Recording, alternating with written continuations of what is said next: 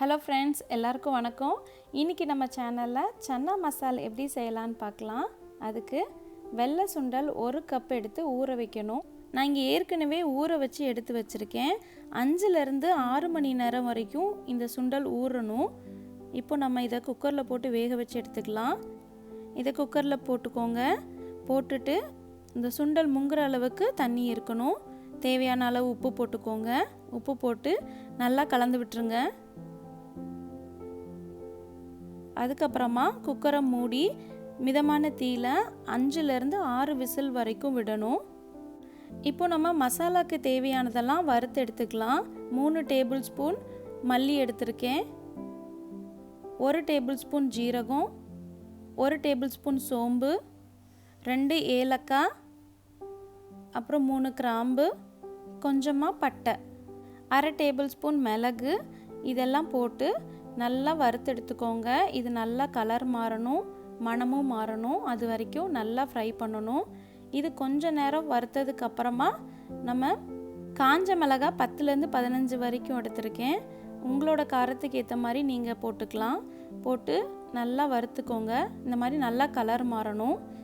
அவ்வளோதான். இதை அப்படியே நம்ம மிக்ஸி ஜாரில் போட்டு நம்ம பொடிச்சு எடுத்துக்கலாம். இப்போது அந்த கடலையை நம்ம ஓப்பன் பண்ணி பார்க்கலாம். சூப்பராக வெந்திருக்குது பாருங்கள், இது நல்லா வெந்திருக்குது. இப்போ நம்ம வெங்காயம் தக்காளியெல்லாம் வதக்கி எடுத்துக்கலாம். ஒரு கடாயில் தேவையான அளவு எண்ணெய் ஊற்றிக்கோங்க. எண்ணெய் சூடானதுக்கப்புறமா ஒரு சின்ன துண்டு பட்டை, 2 கிராம்பு, ஒரு பெரிய வெங்காயம் பொடியாக நறுக்கி வச்சுருக்கேன், அதையும் போட்டு நல்லா வதக்கிக்கோங்க. வெங்காயம் நல்லா கலர் மாறணும். வெங்காயம் வதங்கினதுக்கப்புறமா 1 டேபிள் ஸ்பூன் இஞ்சி பூண்டு விழுது போடுறேன். இஞ்சி பூண்டு விழுது போட்டு நல்லா வதக்கிக்கோங்க. இஞ்சி பூண்டு நல்லா வதங்கினதுக்கப்புறமா நம்ம பொடிச்சு வச்சுருக்கிற அந்த மசாலாவை போட போகிறோம். பாருங்கள், இந்த மாதிரி நல்லா பொடிச்சு வச்சுக்கோங்க. அதை அப்படியே அதுக்குள்ளே போட்டு நல்லா வதக்கிக்கோங்க. எண்ணெயில் அது நல்லா ஃப்ரை ஆகணும். அதுக்கப்புறமா ஒரு பெரிய தக்காளியை நான் அரைச்சி வச்சுருக்கேன், அதையும் அது கூட ஊற்றி நல்லா வதக்கிக்கோங்க.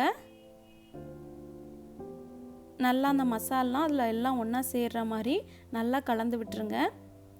கிரேவிக்கு தேவையான அளவு உப்பு போட்டுக்கோங்க. இதை அப்படியே கிண்டி விட்டுருங்க. இப்போது இதிலேருந்து எண்ணெய் பிரியறது வரைக்கும் அப்படியே விட்டுறணும். எண்ணெய் நல்லா பிரிஞ்சிருச்சு. இப்போது அந்த கடலையை அப்படியே அந்த தண்ணியோடு ஊற்றிடணும். அதில் ஊற்றி நல்லா கலந்து விட்டுருங்க. ஃபுல்லாக அந்த கடலையிலலாம் மசால் பிடிக்கிற மாதிரி நல்லா கிண்டி விடணும். நல்லா கிண்டி விட்டுட்டு அப்படியே ஒரு மூடி போட்டு 10 நிமிஷம் விட்டுறணும்.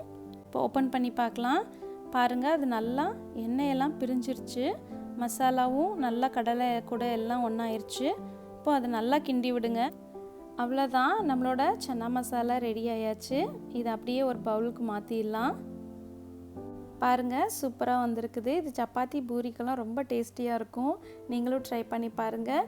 உங்களுக்கு இந்த சேனல் பிடிச்சிருந்ததுன்னா கண்டிப்பாக சப்ஸ்கிரைப் பண்ணுங்கள். சமைங்க, சாப்பிடுங்க, சந்தோஷமாக இருங்க. நன்றி, வணக்கம்.